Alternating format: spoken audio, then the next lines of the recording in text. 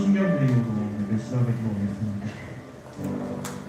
전능하사 천지를 만드신 하나님 아버지를 내가 믿사오며 그 외아들 우리 주 예수 그리스도를 믿사오니 이는 성령으로 잉태하사 동정녀 마리아에게 나시고 본디오 빌라도에게 고난을 받으사 십자가에 못 박혀 죽으시고 장사한 뒤 사흘 만에 죽은 자 가운데서 다시 살아나시며 하늘에 오르사 전능하신 하나님 우편에 앉아 계시다가 그래서 산자와 죽은 자를 심판하러 오시리라. 성령을 믿사오며 거룩한 공예와 성도와 서로 교통하는 것과 죄를 사하여 주시는 것과 몸이 다시 사는 것과 영원히 사는 것을 믿사옵나이다. 아멘.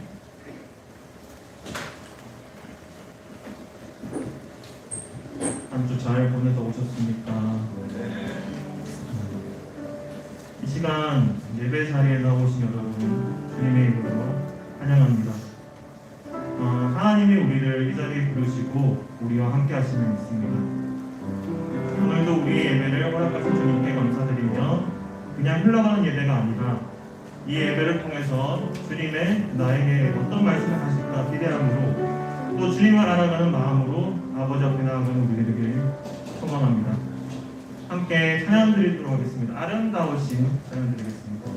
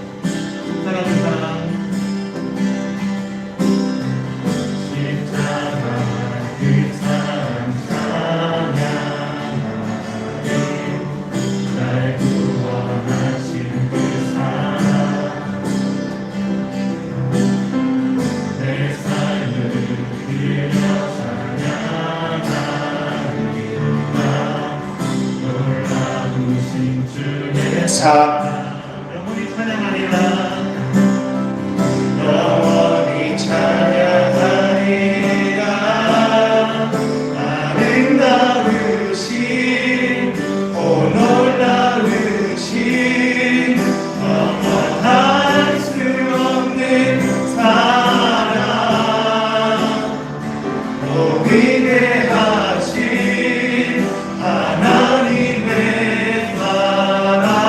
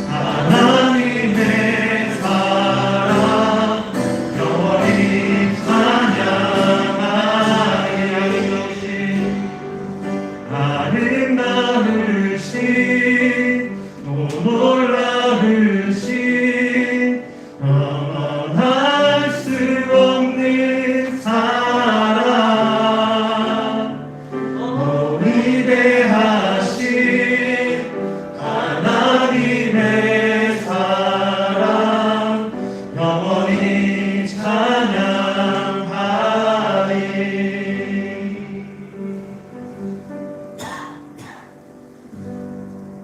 우리의 찬양받게 합성하신 주님께 함께 박수 치시면서 찬양하세 찬양드리도록 하겠습니다.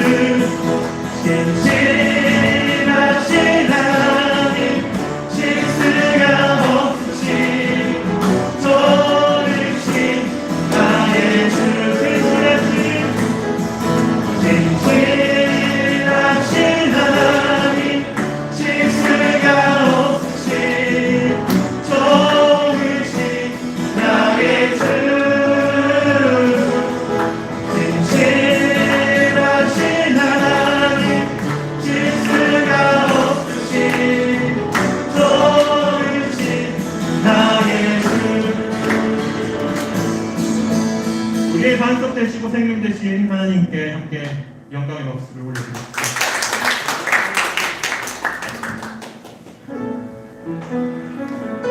하나님은 우리의 꺼지지 않는 등불 되시고 우리의 함 되시는 구원이시는 것을 함께 찬양드리고 있습니다. 하나님의 등불 찬양드리겠습니다.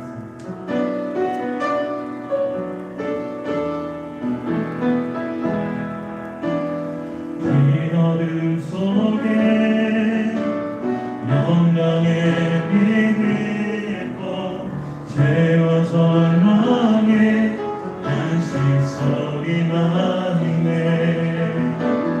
주의 사랑이 여전히 날 기다리시며 날 부르시네.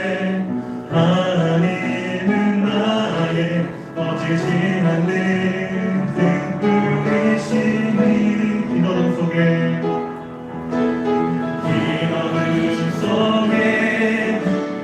영광의 빛을 곧 죄와 절망의 한식 소리만 있네. 주의 사랑은 여전히 날 기다리시며 날 부르시네. 하나님은 나의 꺼지지 않는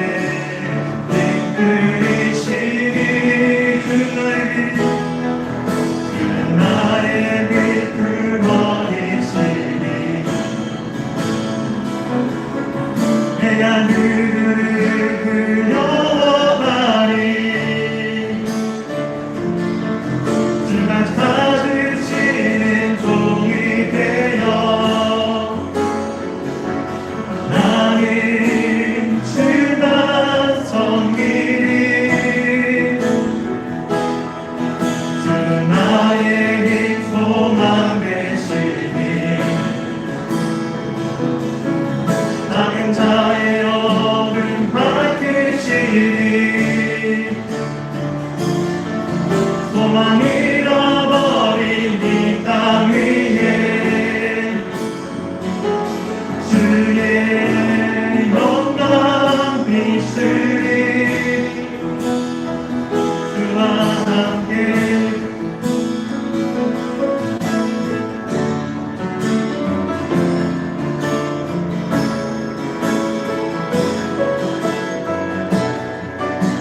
긴 어둠 속에 영광의 빛을 곧 죄와 절망의 한식 소리만 있네. 주의 사랑이 여전히 날 기다리시며 날 부르시네. 하나님은 나의 꺼지지 않는 등불이시니. 주 나의 빛 구원이시니. 내가 누구를 두려워하니. 주가 찾으시는 종이 되어 나는 주만 섬기리. 주 나의 소망 되시니. 작은 자의 어둠 밝히시니. 소망 잃어버린 이 땅 위에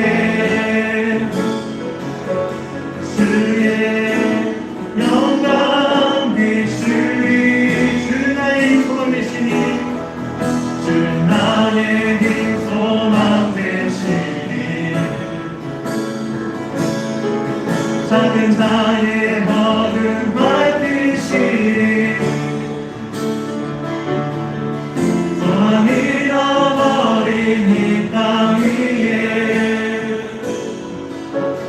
주의 영광 비추리. 주와 함께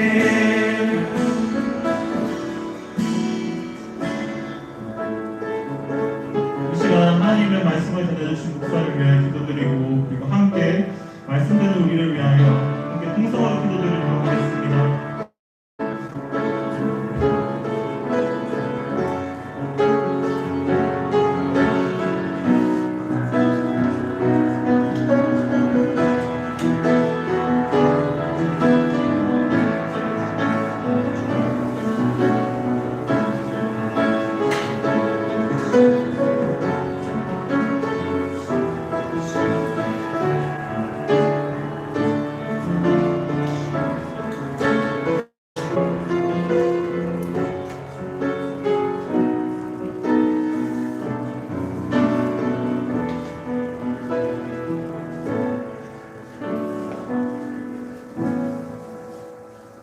하나님 아버지, 오늘도 이렇게 함께 모여 예배드릴 수 있게 주심에 감사드립니다. 오늘 목사님께서 전하시는 말씀 따라 살아가는 한 주 되게 하시고 하나님의 말씀 속에서 살아가는 우리 홀리 임팩트가 되기를 바랍니다. 예배 이후에 있을 조모임 때에도 함께하여 주시고 오늘 함께하지 못한 지체들을 기억하셔서 함께 예배드리고 찬양 드릴 수 있는 날이 깊이 오기를 바랍니다. 감사합니다. 살아계신 예수님의 이름으로 기도드렸습니다. 아멘.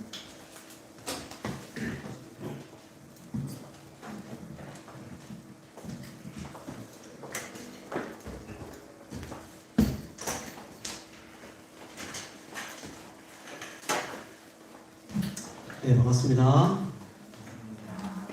인생 반갑다. 몇 년 만이냐? 네. 약속을 하나 받아내야 되겠다. 제대 언제지? 3월 23일. 3월 23일? 그 이후로 빠지면 안 된다. 알겠지? 제대하고 난 다음에 빠지면 안 돼? 그래. 거기 끝나게 했다. 근데 너 살 왜 이리 빠졌어? 운동 좀 했습니다. 근데 군대 살은 헛살이라는 거 알지? 반갑습니다. 말씀 볼게요. 빌립보서 1장 27절부터 30절입니다. 27절부터 30절 같이 우리 한 목소리로만 읽어봅시다. 자, 시작. 오직 너희는 그리스도의 복음에 합당하게 생활하라. 이는 내가 너희에게 가보나 떠나 있으나 너희가 한 마음으로서 서로 한 뜻으로 복음의 신앙을 위하여 협력하는 것과 무엇이든지 대적하는 자들 때문에 두려워하지 아니하는 이 일을 듣고자 함이라. 이것이 그들에게는 멸망의 증거요 너희에게는 구원의 증거니 이는 하나님께로부터 나는 것이라. 그리스도를 위하여 너희에게 은혜를 주신 것은 다만 그를 믿을 뿐 아니라 또한 그를 위하여 고난도 받게 하려 하심이라. 너희에게도 그와 같은 싸움이 있으니 너희가 내 안에서 본 바요 이제도 너희 안에 내 안에서 듣는 바니라. 아멘. 로마 시대에 로마를 구분짓는 정말로 중요한 전투가 있었어요. 악티움 해전이라고 들어봤어요? 악티움 해전? 세계사 시간에 나오는데 고개 끄덕끄덕하는 사람도 있고 도대체 지금 무슨 말인가 잘 모르는 사람들도 있는데 아주 유명한 해전입니다. 원래 이 로마에는 삼두 정치가 있었어요. 삼두 정치. 이거는 옥타비아누스라고 들어봤어요? 그 다음에 안토니우스, 옥타비아누스와 안토니우스, 그 다음에 레피투스라고 하는 이 세 사람이 서로 동맹하면서 로마를 다스리고 있었거든요. 근데 이때 안토니우스라고 하는 사람이 있는데 여러분들 할 때는 내가 다음부터는 내가 파워포인트를 준비해야 되겠다. 그림도 보여주고 이 사람이다 이렇게 얘기해주고 전투의 신도 보여주면 해야 되겠네요. 다음부터는 그렇게 할게요. 이 세 사람이 있었는데 그 중에서 안토니우스라는 사람이 정말 유력 정치인이었습니다. 유력한 사람이었어요. 이 사람의 세력들이 굉장히 많았어요. 옥타비아누스, 레피투스보다 훨씬 더 아주 큰 영향을 끼치는 그런 사람이었어요. 근데 이 안토니우스가 옥타비아누스의 누이와 결혼을 합니다. 결혼을. 그래서 잘 살았어요. 그런데 어느 날 이집트에 클레오파트라 들어왔죠. 클레오파트라도 이제 여러 사람이 있어요. 그래서 클레오파트라 7세 우리가 일반적으로 알고 있는 그 클레오파트라입니다. 자, 그 사람하고 눈이 맞았어요. 결혼했는데 눈이 맞은 거예요. 그래서 그 사람을 좋아하고 자기의 본처를 버립니다. 이 본처가 누구의 누이라 그랬어요? 옥타비아누스의 누이죠. 버려버려요. 기분이 좋아요. 그래서 싸움이 난 거죠. 옥타비아누스하고 안토니우스 사이에서 전쟁이 벌어집니다. 그리고 이것을 이 모든 전쟁을 결정짓는 최후의 전쟁. 그러니까 뭐 그 이후에는 또 전쟁이 있긴 있었지만 이제 디데이죠, 디데이. 완전 디데이. 이 디데이가 뭐냐면 바로 악티움 해전입니다. 거기서 누가 이기냐면 옥타비아누스가 이겨요. 안토니우스는 집니다. 그 이후에 죽고 난 다음에 본인은 지고 난 다음에 본인이 이제 다시 도망치게 되는데, 그런 잔병들을 다 모아가지고 다시 전쟁을 벌이려고 했는데, 안타까운 것은 졌다는 소식을 듣고 그를 추종했던 12,000의 기병대가 다 도망가 버립니다. 야밤을 틈타가지고 우리는 끝났다 이런 생각이 들어서 도망가 버려요. 그러니까 더 이상 이게 싸움이 안 되는 거잖아요. 그래서 남은 그런 병사들을 이끌고 싸워봤지만 안 되는 거죠. 자, 그러다가 이야기를 들으니까 클레오파트라가 자결했다는 그런 이야기를 듣습니다. 그래서 이 안토니우스가 너무 낙심이 되어서 본인도 자기 칼로 자기를 배를 찔러버립니다. 그랬는데 알고 보니까 자결한 게 아니고 살아있어요. 잘못 찌른 거죠. 그래서 이제 어디 살아있는 애가 알고 보니까 어디에 있다는 얘기를 듣고 그 피를 철철 흘리면서 클레오파트라가 있는 데까지 찾아가요. 그리고 안토니우스는 그 클레오파트라의 품에서 죽습니다. 그리고 클레오파트라는 나중에 이거를 이제 이미 전쟁이 끝난 거잖아요. 이미 다 끝났잖아요. 옥타비아누스가 이긴 거잖아요. 그래서 옥타비아누스에게 편지를 보내서 용서해달라. 그렇게 했지만 용서를 안 합니다. 용서할 수가 있겠습니까? 그죠? 그래서 그 얘기 듣고 본인도 클레오파트라도 같이 자결해버려요. 그래서 비운의 두 사람이 다 죽고 말죠. 안토니우스하고 클레오파트라가 다 자결해서 죽고 맙니다. 그래서 완전히 전쟁이 끝나게 됩니다. 그래서 원래는 삼두 정치였는데 그 이후부터 로마는 1인 황제 체제로 바뀌게 됩니다. 1인 황제 체제. 아우구스투스 카이자르가 되어서 성경에는 가이사라고 나오죠. 가이사. 그 가이사가 왕이 되어서 이제 1인 황제 체제로 진행이 되게 되죠.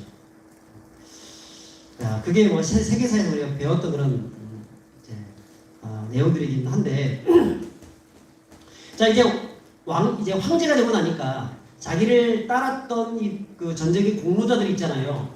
그 공로자들에 대해서 뭔가 표창을 해야 되죠. 상을 줘야 되죠. 보통 옛날에는 상을 줄 때 뭘 줬냐면 땅을 줬습니다. 영지를 줬어요. 너는 여기, 너는 이 마을, 너는 저 마을 하나씩 다 줘서 거기 영주가 될 수 있도록 다 해줍니다. 근데 이미 전쟁하는 동안에 많은 다른 어떤 악티움 해전 있기 이전에 다른 곳에서 많이 승전보를 올렸기 때문에 그 승전했던 그 사람들한테 로마의 영지를 다 줘버립니다. 더 이상 영지가 없어요. 줄 만한 데가 없어요. 그래서 어떻게 할까 하다가 옥타비아누스가 악티움이라는 그 지역이 지금의 그리스 지방입니다. 그리스 어딘지 대충 머릿속으로 기억해보세요. 그리스 지방. 그 지방에 악티움이라는 그 항구가 있는데 거기에서 그다지 많이 떨어지지 않은 그 지역에 이 빌리포라는 곳이 있습니다. 거기다가 성을 짓습니다. 도시를 짓습니다. 제2의 로마를 짓습니다. 그래서 거기다가 전부 다 악티움에서 같이 공로를 세웠던 그런 사람들을 그쪽으로 보내가지고 거기 살게 해줍니다. 영지를 제공해 줍니다. 거기가 바로 빌립보성이죠. 빌립보성. 오늘 우리가 이 빌립보서를 읽고 있잖아요. 바로 그 지역입니다. 그러니까 이 빌립보성에 사는 사람들은요, 대부분 스스로 로마에 대해서 굉장히 큰 자부심을 가지고 있는 사람들이고 황제에 대해서 고마움을 느끼는 그런 사람들이에요. 그리고 또 우리는 로마 사람이다라고 하는 그런 마음. 그래서 늘 본토에 있는 것은 아니었지만 본토에 있는 로마 사람들처럼 행동하기를 좋아하고 그들의 언어를 쓰고, 원래 이 그 빌립보에 있는 사람들은 원래 로마인은 아니었어요. 용병들 있잖아요. 용병들, 그다음 그 주변에 있는 다른 지역에 있는 그런 사람들, 헬라 지방에 있는 그런 많은 사람들이었거든요. 그런 사람들이 로마 안으로 들어와서 로마 시민권을 주면서 여기 살기를 못하니까 그 사람들을 빌립보에 살게 하면서 지내게 했기 때문에 이 사람들은 항상 로마에 대해서 로망이 있었습니다. 로마에 가고 싶다. 로마에 살고 싶다. 그래서 늘 로마 법을 따르고 로마가 좋아하는 어떤 유행들 따라가고, 옷도 로마식으로 입고, 언어도 로마식으로 말을 하고, 말투도 늘 로마식으로 하고, 유행하는 거, 모든 색깔부터 시작해가지고 심지어는 유머까지 로마에서 유행하는 것을 전부 다. 우리나라 같은 경우도 저 서울에서 유행하는 것들을 다 좋아해가지고 금방 유행하게 되면 쑥 내려오잖아요. 전국으로 쫙 그 유행이 퍼지잖아요. 그런 것처럼 그런 마음이 있었다는 겁니다. 이 사람들은. 자, 그런 이 빌립보 사는 그 성도들을 향하여서 사도 바울이 편지를 쓰게 되는데, 자, 그런 관점에서, 그런 배경 속에서 이 본문을 이해를 해야 돼요. 자, 오늘 27절에 뭐라고 쓰고 있냐면 빌립보 성도들한테 이렇게 쓰고 있어요. 27절 볼게요. 오직 너희는 그리스도의 복음에 합당하게 생활하라 라고 했어요. 합당하게 생활하라. 여기 보면 그 성경 가지고 있는 사람들 보면 생활하라 이런 단어에 사라고 되어 있어요. 사. 혹시 성경에 있어요? 사. 앞에다가 생활하라. 사 있죠. 그 밑에 보면 뭐라 적혀 있습니까? 또는 시민 노릇 돼 있죠. 시민 노릇. 시민 노릇을 하라. 그래 돼 있죠. 그래서 여기서 이 합당하게 생활하라 이 말은요, 하늘의 시민답게 생활하라는 뜻입니다. 하늘의 시민답게 생활하라. 근데 오늘 여기 성경에는 좀 다르게 번역되어 있죠. 그리스도의 복음에 합당하게 생활하라. 그래서 여러분 성경을 볼 때요, 성경 하나만 보게 되면 그 성경의 본래 의미를 잘 모를 수가 있어요. 그래서 저 같은 경우는 성경을 볼 때마다 다양한 성경들을 보거든요. 새 번역을 보기도 하고, 또 공동 번역을 보기도 하고, 또 우리말 성경 보기도 하고, 킹제임스 버전을 보기도 하고, NIV도 보기도 하고, NASB 이런 것도 보기도 하고, NLT 보기도 하고, 이런 것도 보는 거예요. 보면서 어떤 차이점이 있는가 연구를 하는 거거든요. 근데 여러분들은 그런 게 다 할 수 있는 시간이 없으니까 저 같은 사람이, 목사님이 그걸 다 연구해가지고 여러분들의 하나 드시도록 제공해 주는 거죠. 그럼 여기에서 NLT 성경이 제일 번역이 잘 됐어요. NLT 성경, 영어 성경. New Living Translation 이라는 성경인데요. 그 성경이 제일 번역이 잘 됐어요. 거기에서 뭐라고 되어 있냐면, 제가 좀 좋지 않은 발음이지만 잘 들어보세요. 이 발음을 듣고 해석할 수 있으면 대단한 영어 실력입니다. 네. 이렇게 적혀 있어요. Above all, you must live as citizens of heaven. 자, above all. 이게 뭡니까? 무엇보다도, 특히 무엇보다도 이런 뜻이잖아요. Above all. You must live. 뭐예요? 당신은 뭐뭐 해야 한다. 살아야 한다. 그죠? 반드시 이렇게 살아야 한다는 거잖아요. as는 뭡니까? 뭐뭐처럼. Citizens of heaven. 하늘의 시민들처럼 살아야 한다. 이렇게 얘기합니다. 지금 정확하게 사도 바울이 그 빌립보 교회에 있는 성도들을 향해 가지고, 야, 너희들 하늘의 시민들처럼 살아라 이렇게 얘기하고 있어요. 자, 빌립보 성도들이 어떤 사람이라고 그랬습니까? 아까 아케메전에서 이겨가지고 나는 로마 시민들처럼 살고 싶어 이렇게 얘기하는 사람들이잖아요. 로마의 어떤 율법도 배우고 로마의 관습도 배우고 로마의 언어도 배우고 행동력 다 배워가면서 그대로 막 따라가려고 하는 그 유행에 따라서 살고 있는 이 사람들 향해 가지고 야 너희들은 그 로마의 행동 양식에 따라 사는 사람이 아니라 너희들은 하늘의 시민이야. 하늘의 시민답게 살아가야 돼. 이렇게 얘기하고 있어요. 자, 이해되시죠? 이 무슨 말인지. 우리 저 주민등록증은 우리나라에서 몇 세에 주민등록증이 나와요? 고등학교 때 나오지. 고등학교 때. 민석이 주민등록증 받았을 때 기분이 어땠어요? 생각났어요. 이제 어른이 되는구나. 이런 생각이 들죠. 그래서 우리 그때 이제 비로소 나는 주민등록증 없는 녀석이 이렇게 주민등록증 나오게 되면 고등학교 다닐 때 주민등록증 딱 나오잖아요. 그러면 다른 친구들한테 뭐 의심해요. 야, 나 주민등록증 나왔어. 너 주민등록증 있어? 이래가지고 막 뭐라 하고 야, 어린 것이 막 기억 오고 있어. 이렇게 했었거든요. 그러니까 우리나라에 있을 때 주민등록증이 나오면 이게 무슨 뜻이냐면 이제부터 당신은 독립적인 대한민국 국민입니다. 그 전까지는 부모님한테 속해 있었는데 이제부터는 독립적으로 대한민국 국민으로서의 역할을 해야 된다는 뜻이거든요. 그래서 그 전까지는요, 죄를 지어도 소년원에 가요, 소년원에. 근데 그 이후에 죄를 지으면 어디 가요? 감옥에 가요, 감옥에. 너는 이제부터, 그러니까 소년원에 가는 이유는 뭐냐면 거기서 감옥이 아니잖아요, 거기는. 당분간 거기 있는 동안에 교정을 하는 시간이거든요.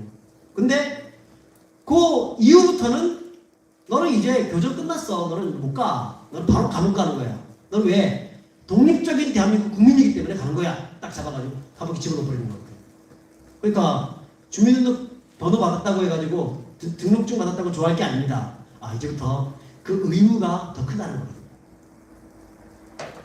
자, 그런데 우리가 예수님을 딱 믿는 순간이요. 예수님을 나의 구주 나의 하나님으로 영접하는 딱 순간 그때 하나님도 우리한테 주민등록증을 딱 부여해 주십니다. 그게 뭐냐면 하늘의 주민등록증, 하늘의 시민권이라고 하죠. 그거를 사도 바울이 빌립보서 3장 20절에 오직 우리는 하늘의 시민권을 얻은 자다라고 얘기를 해요. 우리의 시민권은 하늘에 있다라고 얘기를 해요. 그러니까 우리 육신적으로는 여러분들 대한민국 국민으로서 주민등록증을 가지고 그걸 가지고 뭐 이렇게 보여주면서 뭘 뭐 하기도 하고 또 공항 여권을 가지고 여권을 만들기도 하고 그걸 가지고 또 외국에 나가기도 하죠. 근데 우리의 영혼은 어디 있느냐? 우리의 영혼의 원래 시민은 하늘에 있다는 겁니다. 우리의 고향이 하늘이라는 겁니다. 다시 말씀드립니다. 육체는 이 땅에서 주민등록증을 가지고 살지만 우리의 영의 주민등록증이 있는 곳은 하늘이라는 사실. 그럼 육체가 우리가 살아가는 동안에 이 세상의 국민들로서 우리가 의무와 법도를 다 지켜야 되죠. 뭐 때가 되면 군대도 가고 때가 되면 뭐 학교도 가고 어디도 가고 뭐 이렇게 다 하죠. 그 다음에 뭐 납세의 의무, 국방의 의무 등등 여러 가지 의무들을 다 지켜나가죠. 근데 우리가 하나님의 시민권을 가진 사람이라고 하면 어떻게 해야 되느냐? 하나님의 시민답게 하나님의 말씀을 듣고 하나님의 법규를 배우고 익히고 살아가야 된다라고 얘기를 하는 것이죠. 그래서 이것을 압축적으로 얘기하면 바로 오늘 본문에 우리가 설교 제목처럼 복음으로 살아가는 것을 얘기하는 거예요. 복음으로 살아가는 것. 그러니까 성도는 우리 청년들은요 어떻게 살아가야 되냐면 복음으로 살아가는 사람들이 되어야 돼요. 왜? 우리는 우리 정체성이 하늘의 시민권을 가진 사람들이기 때문에 그래요. 다른 거죠. 교회 안 다니는 사람들하고 우리하고 다른 거죠. 거기 사람들은 이 세상에 살다가 끝입니다. 근데 완전 끝이 아니라 그들도 사실 시민권이 없는 건 아니에요. 시민권이 있어요. 지옥의 시민권을 가지고 있어요. 지옥의 시민권. 근데 우리는 하늘의 시민권을 가지고 그 차이가 있는 거죠. 그러니까 예수님을 믿는 사람으로서 이 땅에 하나님의 법도를 잘 지키면서 살아가는 사람들이 되어야 되는 거예요. 자, 그러면 사도 바울이요 여기서 어떻게 하면 우리가 하늘의 시민권을 가진 사람으로서 복음에 합당한 삶을 살 수 있을까? 세 가지로 얘기합니다.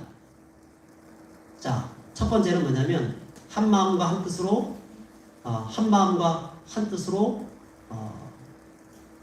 여기 볼까요 한번?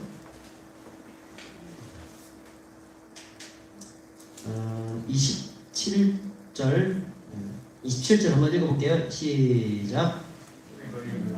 오직 너희는 그리스도의 복음에 합당하게 생활하라. 이는 내가 너희에게 가보나 떠나 있으나 너희가 한 마음으로 서서 한 뜻으로 복음의 신앙을 위하여 협력하는 것과 되죠.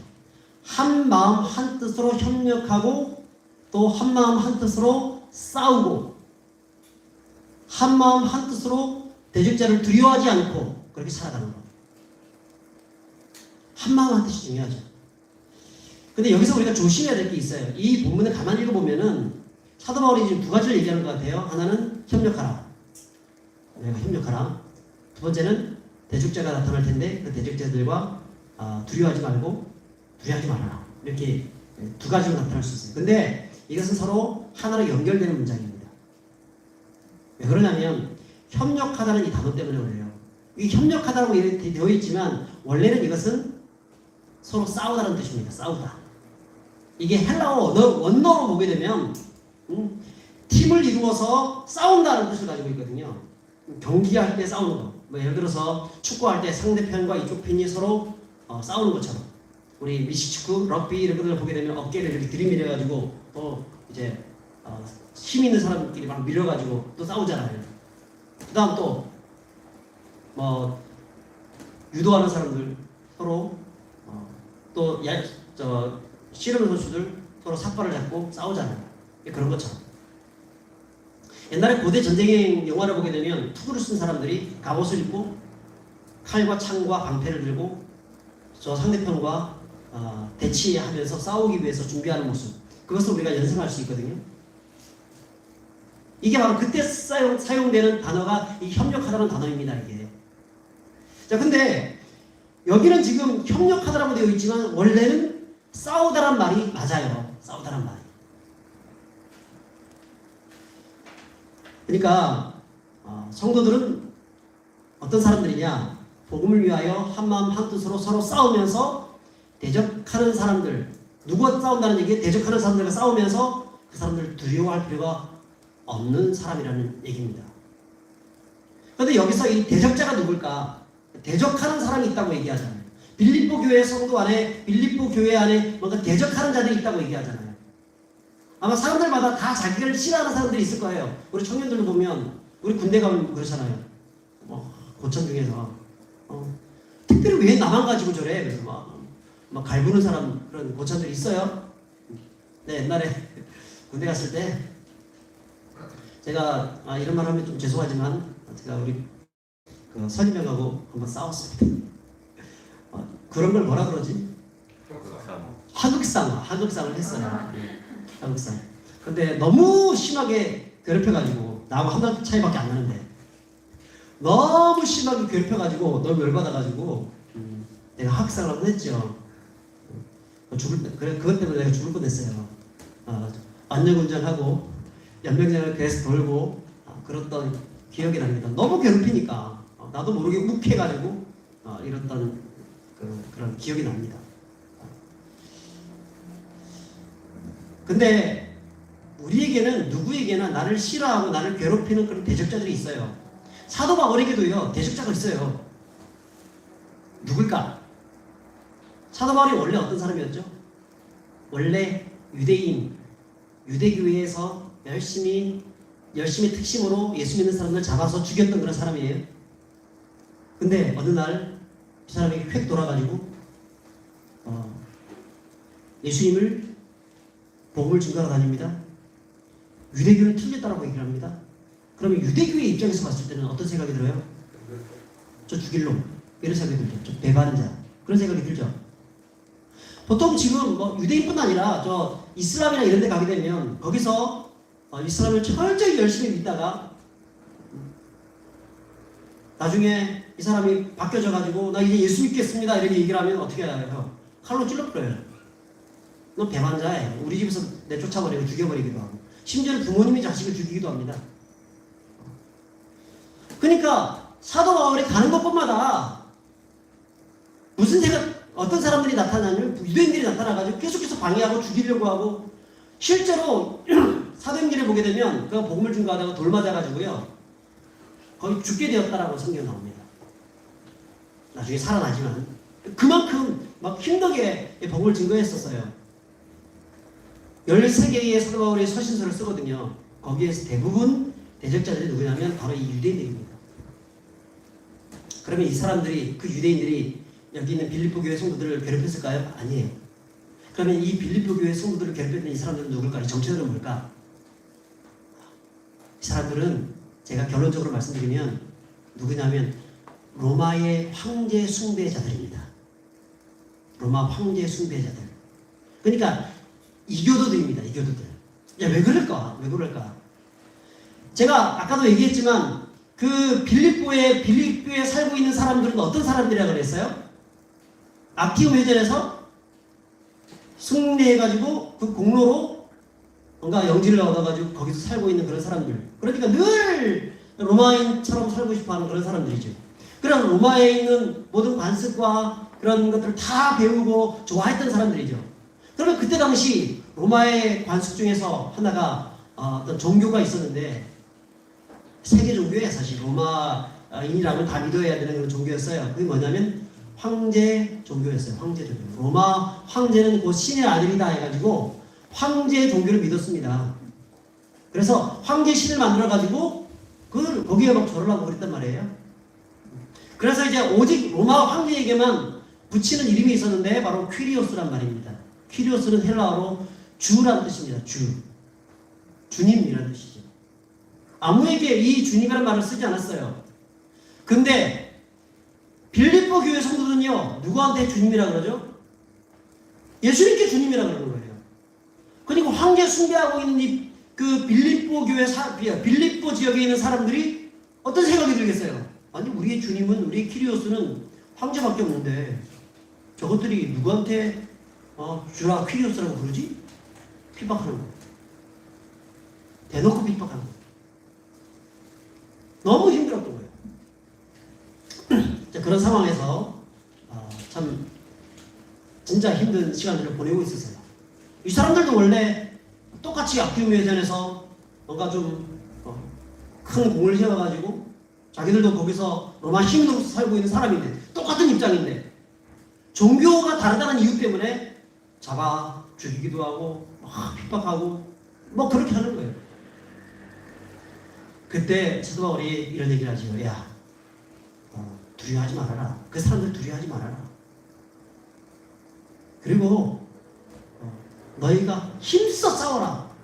한마음 한뜻이 되어서 저들과 힘써 싸워라. 반드시 이길 것이다 라고 하죠.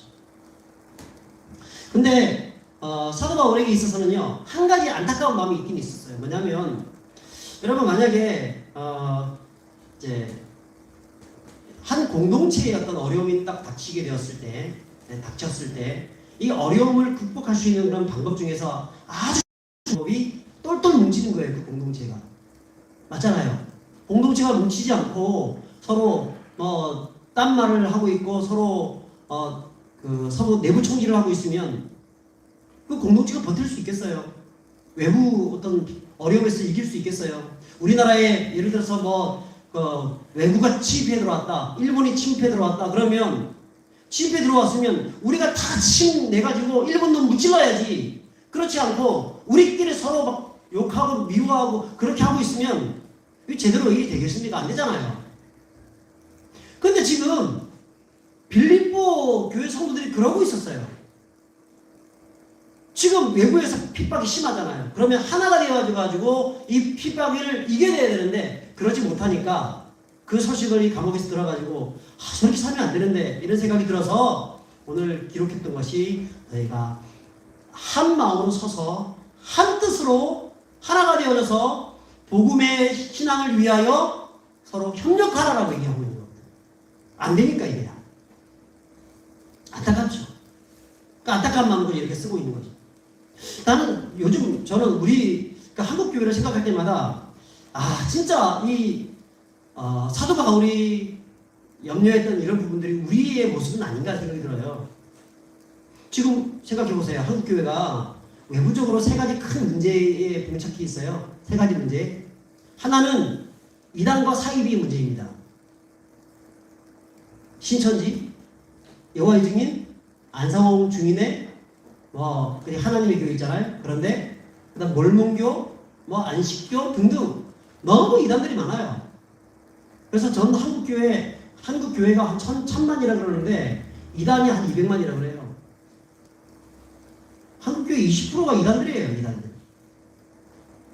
그 이단들이 온갖 이상한 짓들을 많이 해요. 계속해서 교회를 모함하고, 그 다음에 교회가 문제가 터질 때마다 뒤에서 나쁜 댓글 막 달고, 그래서 계속 교회를 무너뜨리고, 이런 일들 주범이 다 저 이단들이 하는 거거든요. 이단 사이비들이.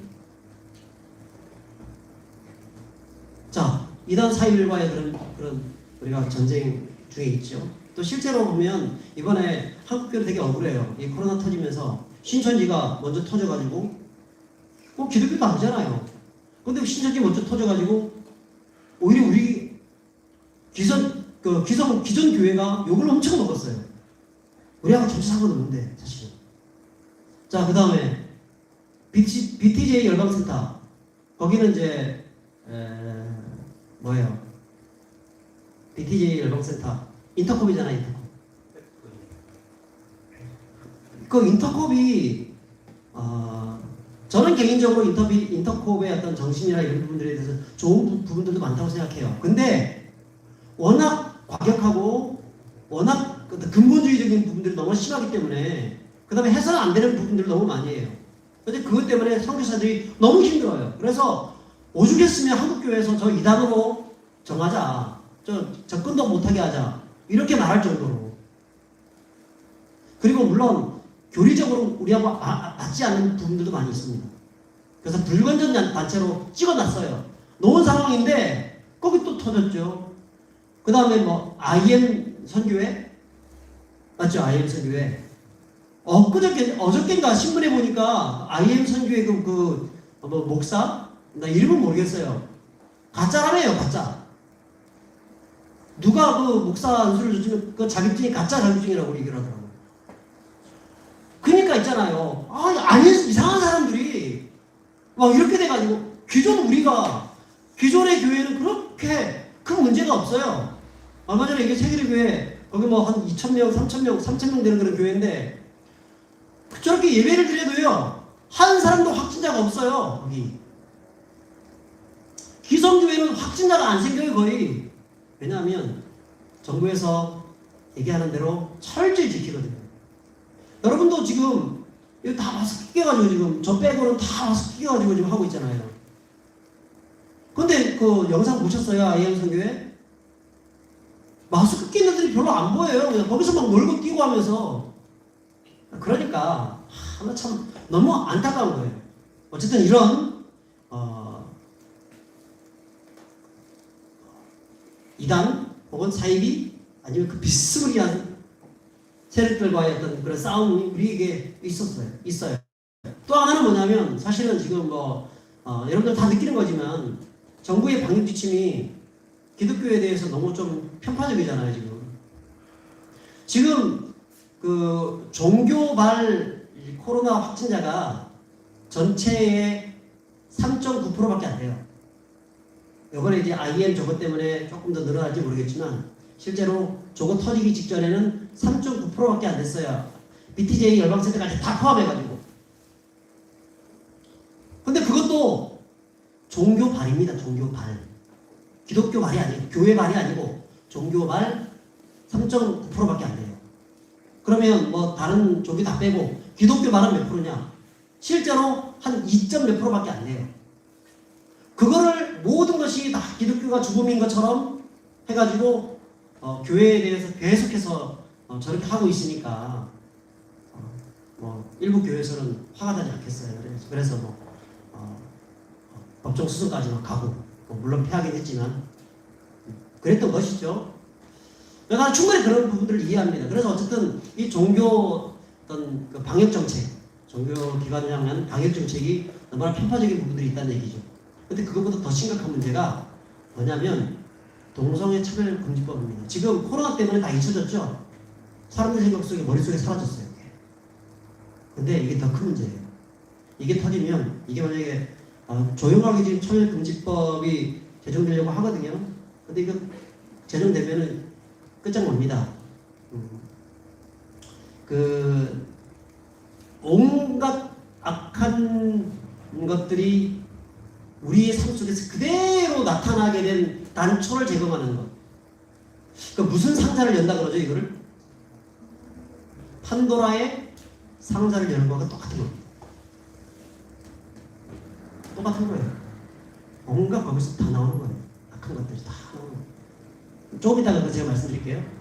아무튼 이 세 가지 큰 문제가 있는데 이것에 대해서 지금 한국교회 전체가 같이 한 마음이 돼가지고 한번 싸워보자, 한번 이겨보자, 한번 몰아내보자 이렇게 해야 되는데 뭐 하고 있어요 지금?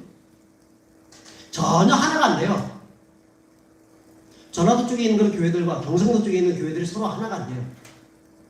뭐로 싸웁니까? 정치적인 문제, 색깔 문제로 자꾸 싸웁니다. 밑쪽에 있는 교회들 하나가 안 돼요. 자꾸 싸웁니다. 서로 내부 총질하고 있죠. 지역 감정만 남습니다. 복음은 온데간데 없어요. 우리가 복음 안에서 하나가 되자 이렇게 해놓고 완전 이거는 뭐 무슨 원수가 되는 것이처럼 정치적인 문제가 딱 나오면은요, 이 사람하고 나하고 아까까지 찬양 부르면서 할렐루야 했던 사람인데 정치적인 문제가 딱 나오면요, 그때부터 쫙 갈라서 버립니다. 그때부터 원수 이렇게 생각해요. 아, 이게 뭐지요, 이게? 하나가 전혀 안 돼요. 만약에 오늘날 사도 바울이 살아가지고 나타나가지고 한국교회에 대해서 얘기를 한다고 하면 뭐라고 하겠어요? 미친 것들 아니야? 이런 생각을 안 하겠어요? 도대체 정신이 있냐 없냐? 그런 것 가지고 너희가 하나 되지 못하고 하나님의 복음으로 하나가 돼야 되는데 뭘 그런 것 가지고 따지면서 저렇게 서로 내부 총질하고 싸우고 있느냐? 그렇게 말하지 않겠습니까? 참 안타깝죠. 그게 지금 빌립보의 모습이었다는 겁니다. 빌립보 성도들의 모습이었다는 거예요. 여기서 이제 한 마음과 한 뜻으로 하나가 된다 이 말은요, 팀워크를 이룬다는 얘기거든요. 여러분 아무리 실력이 좋아도 팀워크가 이루어지지 않으면 망하는 겁니다. 예를 들어서 우리나라에 축구 제일 잘하는 사람이 누굽니까? 프리미어 리그의 토트넘의 손흥민이죠. 손흥민이 어느 정도 잘하냐면 우리나라의 축구를 제일 잘하는 차범근이라는 사람이 있습니다. 그 사람을 능가한다는 얘기를 합니다. 이미 능가해버렸어요, 이미. 그런 손흥민이 이번에 또 2위죠. 케인과 함께 2위죠, 2위. 한 골만 더 넣으면 1위 돼요, 1위. 공동 1위가 돼요. 근데 이 손흥민이 아무리 실력이 좋아도 옆에서 어시스트를 안 해주면, 누가 공을 차주지 않으면 어떻게 골을 넣겠어요? 하나가 되지 않으면 어떻게 골을 넣겠어요? 그 토트넘 선수들이 똘똘 뭉쳐갖고 하나가 딱 되니까 골을 넣는 거죠. 또 정말 킥이 좋아가지고 우리 선수가 나한테 골을 안 줘가지고 우리 선수가 있는 거 뺏어가지고 안주기가 기분 나빠가지고 우리 선수 거 뺏어가지고 골을 넣었다 칩시다. 그런데 골키퍼가 엉망이라가지고 혹은 수비 선수들이 기분 나빠가지고 운동 안 해버리면 내가 5골을 넣어도 만약에 10골이 먹히면 어떻게 돼요? 지는 거잖아요. 하나가 안 되면요, 하나도 안 되는 거예요. 그래서 성경에는 반드시 너희가 그리스도 예수 안에서 복음 안에서 하나가 되는 것이 먼저다라고 얘기하는 거거든요. 여러분들 여기서 하나가 돼야 됩니다. 이 내부에서 똘똘 뭉쳐야 돼요. 서로 약점, 살다 보면 약점이 보일 수도 있고 어려움, 좀 저 사람만 보기 싫어, 같이 있고 싶지 않아 이런 생각이 들 수도 있어요. 그러나 그때도 복음으로 우리는 하나가 되고 나중에 천국에서 영원히 볼 건데 어쨌든 뭐 그런 마음이 들 때마다 화해하고 하나 되는 마음들을 가지고 있어야 돼요. 여러분 지금 코로나가 계속될 것 같습니다. 오늘 시국에 오늘 우리 조모임 하기로 했죠. 조모임 할 때 진짜 각 조원들끼리 조당을 중심으로 해가지고 하나가 되세요. 오늘도 그렇고 다음 주도 그렇고 계속해서 그래서 뭐든지 모일 때마다 조장을 중심으로 해서 조원들이 하나가 되어서 계속 같이 움직이고 우리 또 이제 이번에 17일 날 2월 17일 날, 14일 날인가? 14일 날? 14일 날은 또 우리 조별 윷놀이 대항전도 있습니다. 하나 돼가지고 다 무찌르세요. 상금도 좀 받아가고. 그럼 좋겠어요. 어쨌든 하나가 되는 것이 중요합니다. 그게 바로 복음으로 산다는 겁니다. 복음으로 산다는 거. 자, 두 번째는 뭐냐면 우리에게는 다 고난이 있어요. 근데 성경에는 우리 고난 자체가 특권이라고 얘기합니다. 우리 29절 봅시다. 자, 29절 누가 읽어보세요. 자, 읽어보세요. 자, 시작.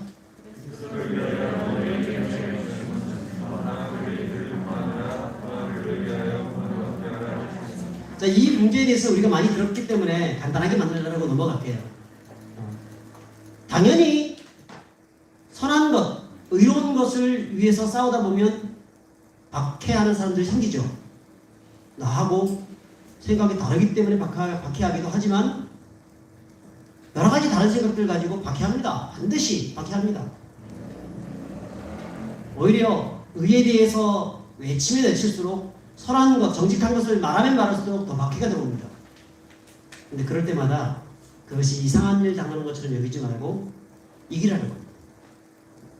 왜냐하면 박해, 즉 다른 말로 고난은요 우리에게 은혜의 통로입니다. 축복의 통로입니다. 고난 당하면 당할수록요 나는 훨씬 더 성숙해질 수 있습니다. 고난 없이 성숙함이라는 것은 없어요. 고난 없이 영광이라는 것은 없습니다. No cross, no crown. 십자가 없는 영광은 없다는 거죠. 고난이 꼭 필요한 겁니다. 그래서 이것이 자체가 성도들에게 특권이다라고 얘기하는 거예요. 혹시나 우리가 예수 믿는 것 때문에 고난당하게 되면요 하늘에서 너희의 생명책이 기록된 것으로 기뻐하라. 내일 새벽의 말씀인데, 내일 새벽 우리 월삭 기도회 때 하는 말씀인데, 하늘에서 너의 생명책에 너희 이름이 기록된 것을 기뻐하라. 내 고난당해도 하나님 나에게 하늘에 더 큰 상급을 주시겠구나, 이런 생각으로 기뻐하는 겁니다. 세상에서 너희가 환난을 나가나 담대하라. 내가 세상을 이겼느니라. 요한복음 16장 33절에 말씀하죠. 예수님이 이미 십자가를 통해서 고난을 이겼다는 겁니다. 그러니까 담대하라. 너희들도 충분히 이길 수 있다. 그렇게 말을 하는 것이죠. 자, 그 다음 세 번째 마지막입니다. 자, 고난을 복음으로 산다는 게 뭘까? 이것은 투쟁하는 삶입니다. 저항하는 삶입니다. 뭐에 대해서 투쟁하고 뭐에 대해서 저항해요? 죄에 대해서, 대적자들에 대해서,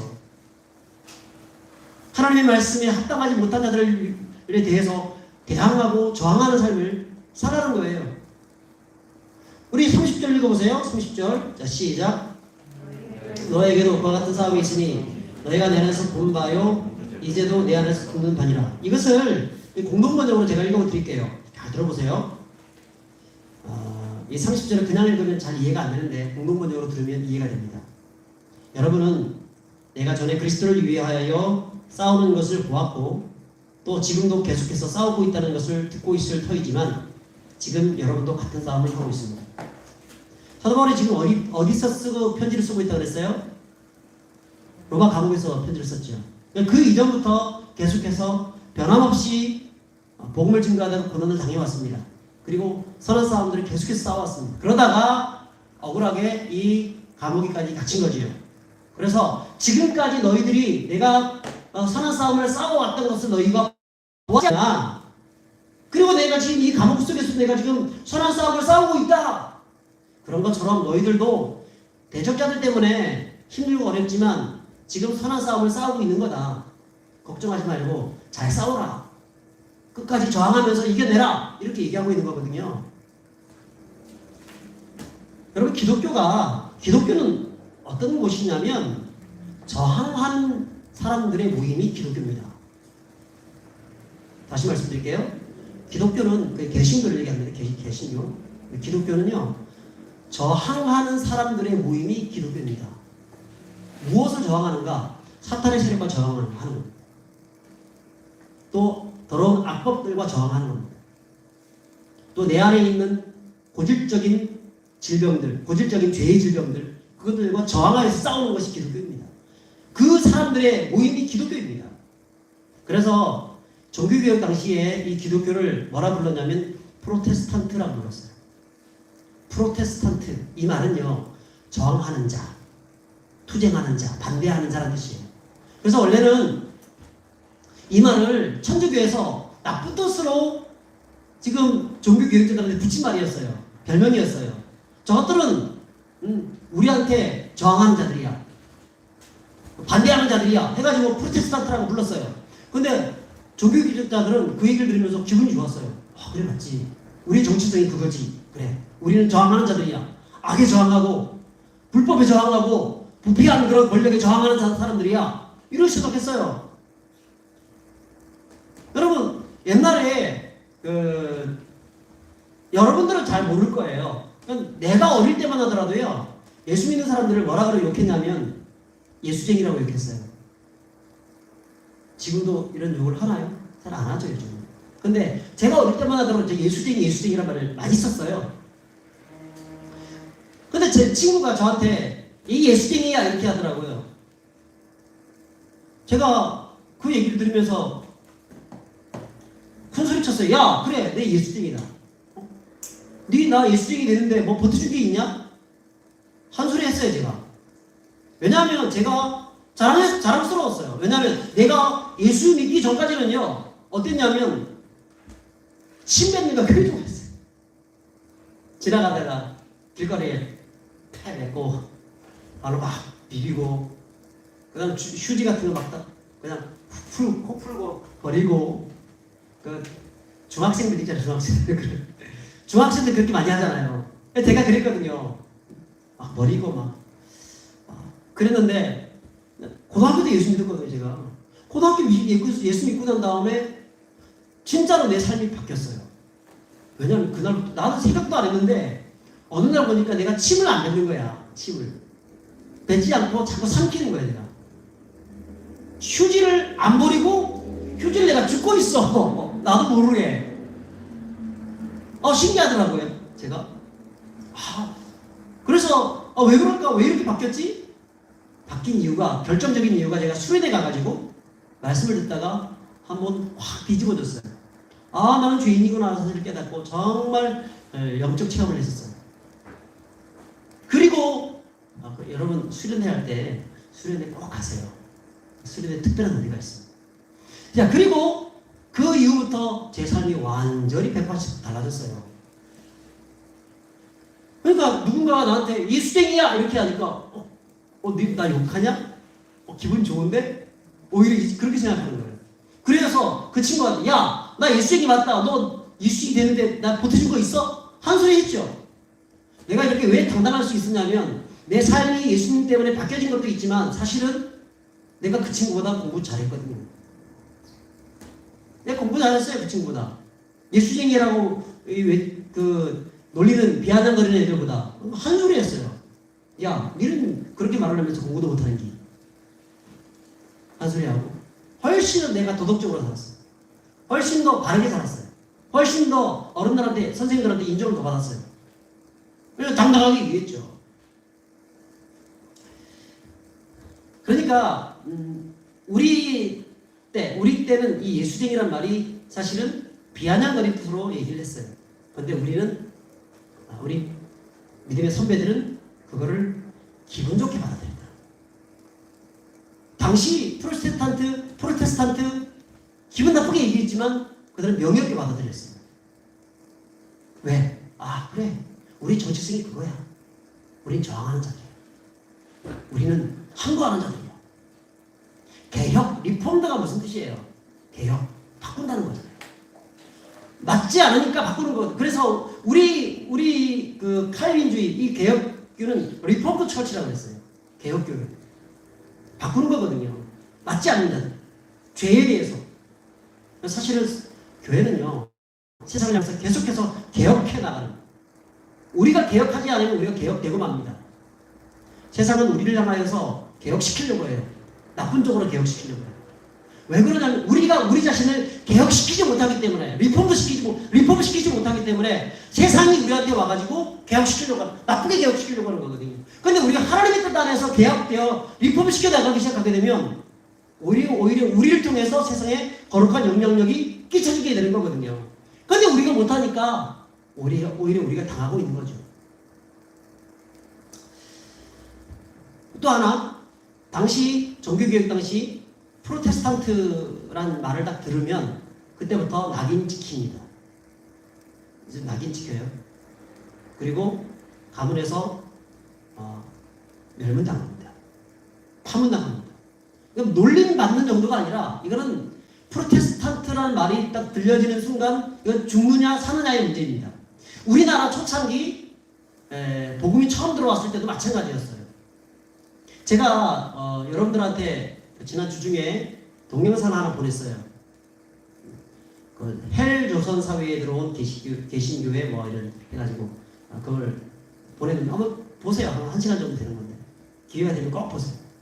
거기에 보면 얼마만큼 이 개신교가 처음 들어왔을 때 참 어려웠는지에 대해서 얘기를 합니다. 하지만 그럼에도 불구하고 개신교는 정말 아름다운 꽃을 많이 피워왔습니다. 왜냐하면 완전히 달라지기 때문에. 완전히 개신교는 다른 어떤 종교들하고 완전히 극도의 차이가 나타납니다. 그래서 사람들이 개신교를 딱 믿지는 않지만 그래서 예수쟁이라는 이런 비아냥거리는 말을 썼지만 실제로 그들 마음속에는 어떤 마음이 있냐면 동경하는 마음들이 있는 거죠. 동경하는 마음. 그들의 삶이 완전 변화되는 모습들을 보면서.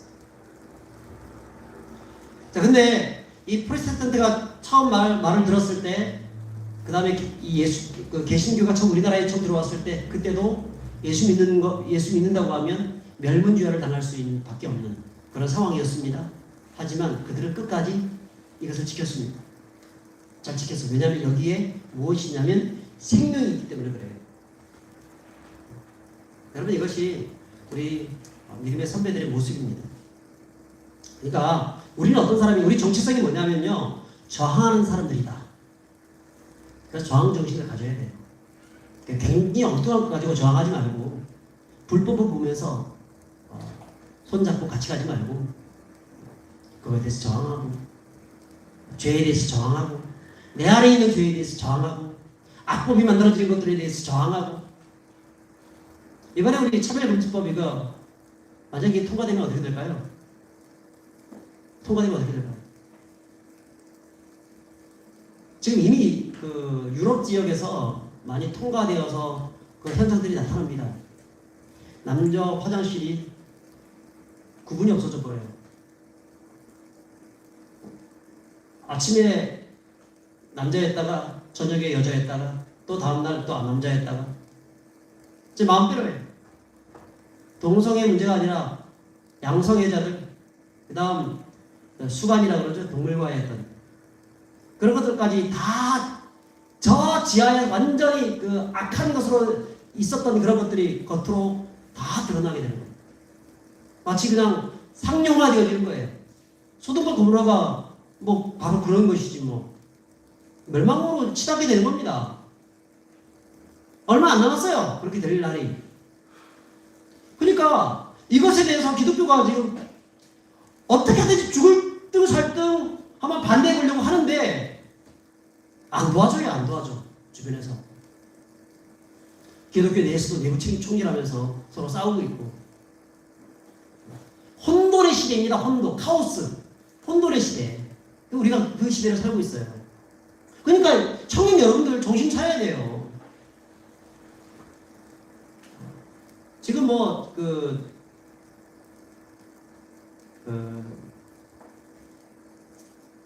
어저께인가 내가 영상 하나 보다가 YTN의 대기자인데 이름이 생각이 안 나는데 변상욱 기자, 그 사람이 뭘 얘기를 하냐면 언론에서 얘기하는 것들 대부분은 다 거짓이니까 믿지 말아라. 언론에서 얘기하는 것은 거의 믿지 말라는 거예요. 이건 얘기하면 안 되는데 하면서 얘기하더라고요. 이거는 이분이 이제 크리스찬이거든요. 근데 그 얘기를 하더라고요. 뭐냐면 어떤 사람이 어떤 기사에 대해서 글을 쓰는데 글을 쫙 써요. 다 쓰고 난 다음에 그거를 딱 갖다 줘요. 근데 그것에 대해서 제목을 붙이는 사람은 다른 사람이 붙이네요. 이걸 뭐라 그러죠?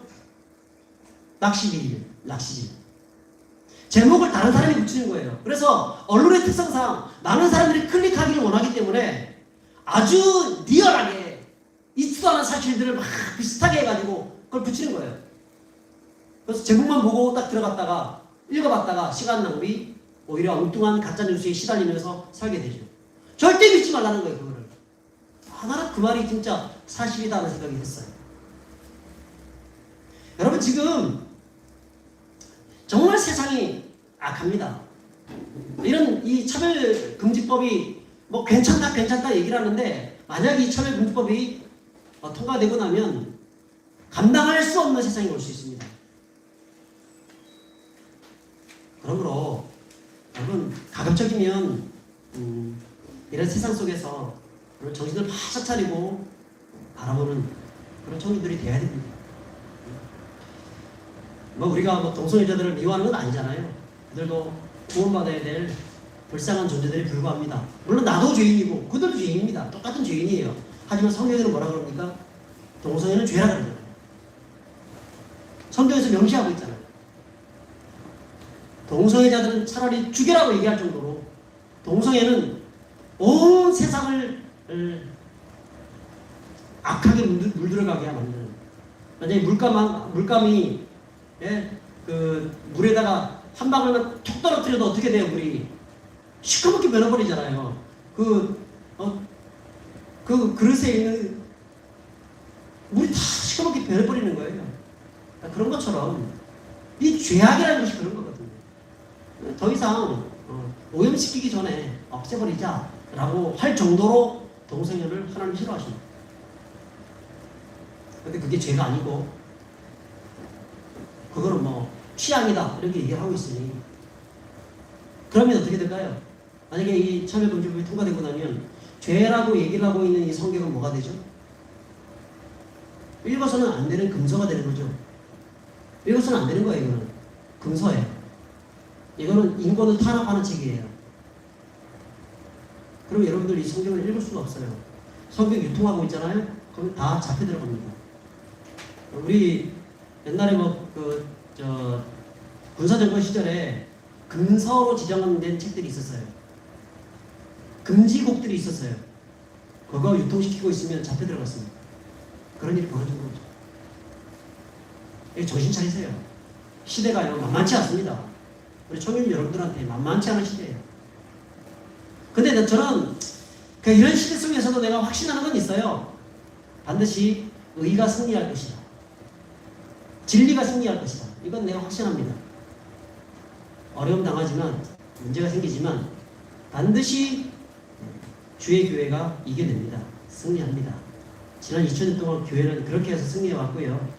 앞으로도 그렇게 승리할 겁니다. 그리고 마지막 때가 되어서 예수님이 재림하신다면 7년 대환란 이런 것들이 끝나고 나면요. 주님 재림하실 거고 교회는 완전한 승리, 100% 승리, 영원한 승리 속에서 노래를 부르게 될 겁니다. 여러분 이것을 기억하시고 그때까지 힘들고 어려워도 용기를 가지고 대적자들 두려워하지 말고 굳게 서서 하나가 되어져서 믿음의 선한 싸움 싸우시고 그러다가 또 고난 당하면 고난 당하는가 보다 그런 생각하고 하늘에 내 상행이 더 큰가 보지 이렇게 하면서 예수쟁이라 그러면 그래 내 예수쟁이야 그게 못 돼서 그렇게 하면서 달관한 인생으로 그래서 좀 거룩한 저항의식을 가지고 세상과 싸우고 승리하는 우리 홀리 임팩트 다 될 수 있기를 주의 이름으로 축복합니다. 기도할게요. 하나님 아버지 감사합니다. 우리 참 어려운 시대에 우리가 살고 있는데 주님과 함께 동행하면서 거룩한 싸움 싸우고 이겨내는 저희들 될 수 있도록 도와주시옵소서. 감사합니다. 우리 원하신 예수 이름으로 기도합니다. 아멘. 찬양합시다.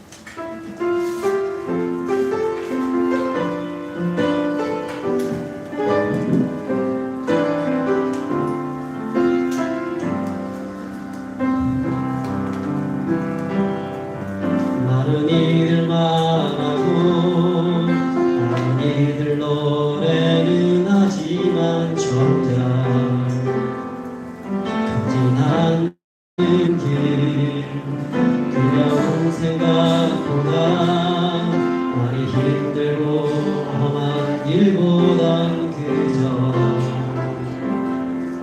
날로만 가려기에 점점 멀어져만 가네. 내게 생명 주었던 우리 점점 이용하려 하네. 내게 사랑 주었던 그 길 시험을 앞에 내 영혼선에 주님 그때 다시 돌아가 주님께 예배 드리며 다시 십자가에 우리 찬양 한 번 더 부를 때에 준비한 성금을 하나님께 드리면서 찬양하겠습니다.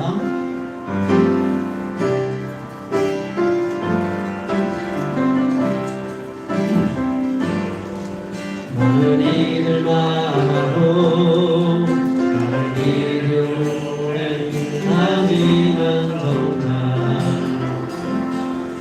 가지 않는지 두려운 생각보다 많이 힘들고 험한 길보단 그저 너만 가려기에 점점 멀어져만 가네. 주었던 우리 점점 이용하려 그게 사랑 주었던 그 길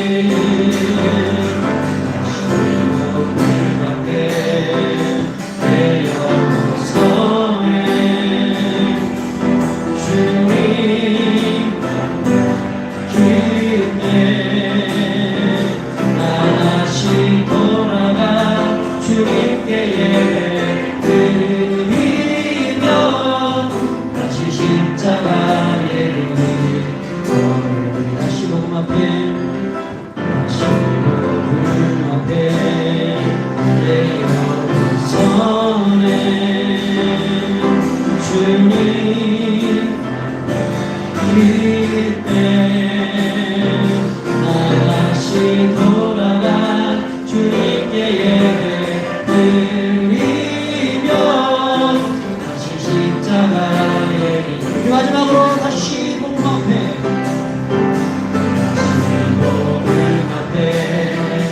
내 영혼선에 주님 그때 다시 돌아가 주님께 예배 드리며 다시 십자가에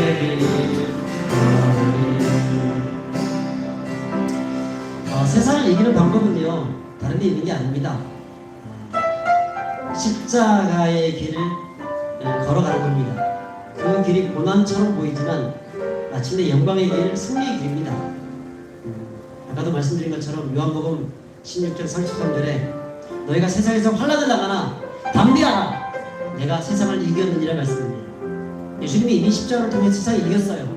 그분이 우리의 편 되겠다고 말씀하고 있어요. 그래서 예수님이 십자가를 붙잡으면은 반드시 승리합니다. 반드시 이깁니다. 반드시 하나님 앞에서 멋진 삶을 살 수 있습니다. 담대하게 우리 삶에 있는 모든 문제들 그 앞에서 저항하고 싸우고 거룩한 영적 하나님 나라의 백성으로서 청년들로서 서나가는 우리가 되게 되라고 우리 함께 말씀을 기억하면서 한 1분 정도 기도합시다. 우리 영적 감사합니다.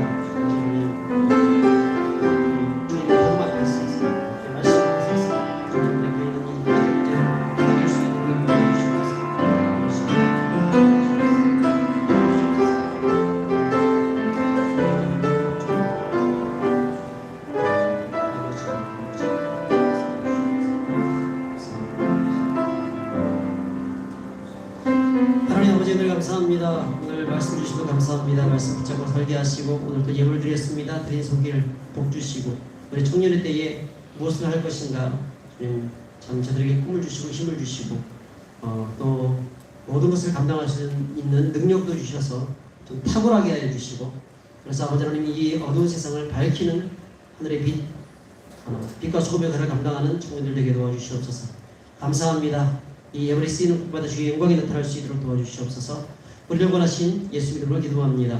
주 예수 그리스도의 은혜와 하나님 아버지의 크신 사랑과 성령님의 감동하심과 교통하심과 충만하심이 이 어두운 세상 속에서 세상과 대항하고 저항하면서 죄와 이기고 승리하기를 소망하는 우리 모든 홀리 임팩트 청년들 머리 위에 그들의 삶과 생활 위에 항상 함께 있을지어다. 아멘.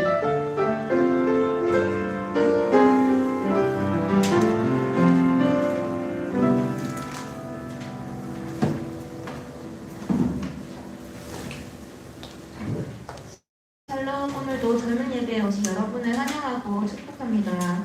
광고하겠습니다. 저희 오늘도 오랜만에 보이는 얼굴이 한 명 있는데요. 잠깐 앞으로 나와서 인사 좀 해주시겠어요?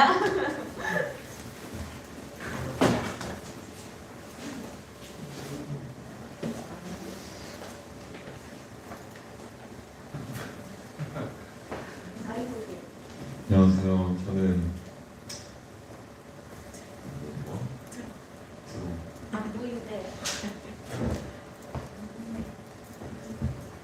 이제 저녁이 얼마 남지 않은 공감이 21살 김민석이라고 합니다.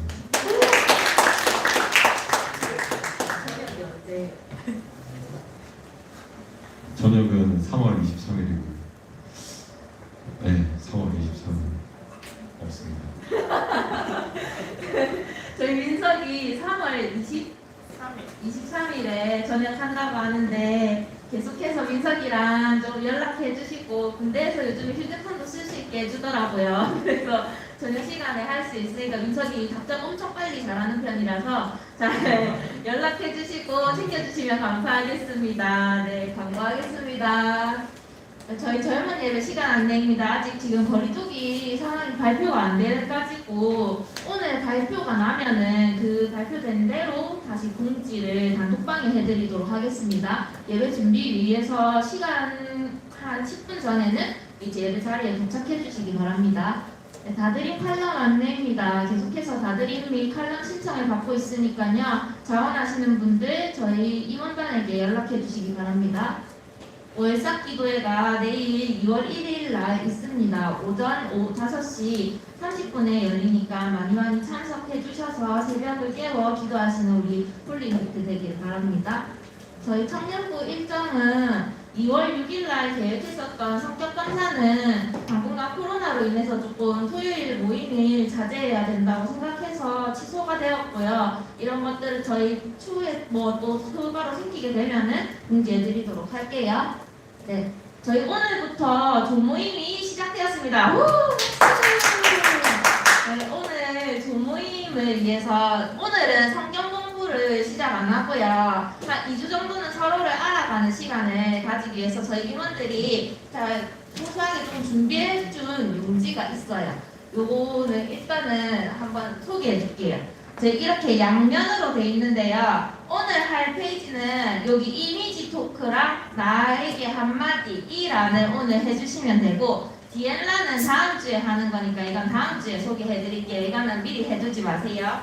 오늘 어떤 걸 하냐면 이미지 토크라는 건데 여기 보면은 중간에 자기 이름을 크게 써야 돼요. 저희가 예시로 강동원의 이름을 썼어요. 그 자기 이름을 쓰고 나서 옆 사람에게 이거 용지를 돌릴 거거든요. 돌리면은 이 사람을 내가 봤을 때 떠오르는 이미지들에 대해서 자유롭게 작성해 주시면 돼요. 요 이미지 토크 강동원 연관된 것들 뭐 적었냐면 우상 영화에서 그거 늑대 유혹, 우상, 공유랑 사군지간, 소도, 영화, 타클레스, 사랑합니다, 강아지, 잘생긴 사투리, 비율 좋은 정치와 이런 식으로 그 사람에 대해서 떠오르는 것들을 막 적어주시고 여기 밑에 자기가 그 사람에게 하고 싶은 말 롤링페이퍼처럼 그냥 편지 형식으로 좀 써주시면 되고요. 저희가 이거 하고 나서 이 자리에 모여가지고 잠깐 발표하는 시간을 가질 거예요.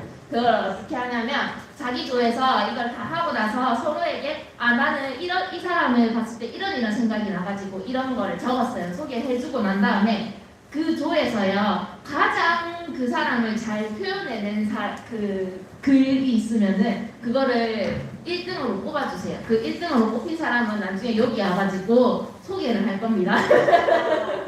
그러니까 선물 준비하도록 하겠습니다. 네.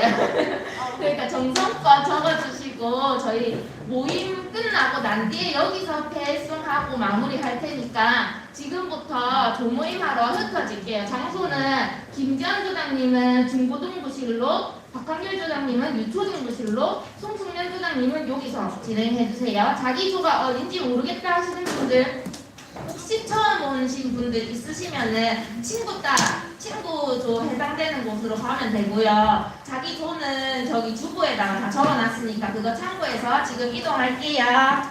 조장님들은 뒤에 이거 용지, 자기 조원 수만큼 챙겨가 주시면 감사하겠습니다. 어? 한결이 이명이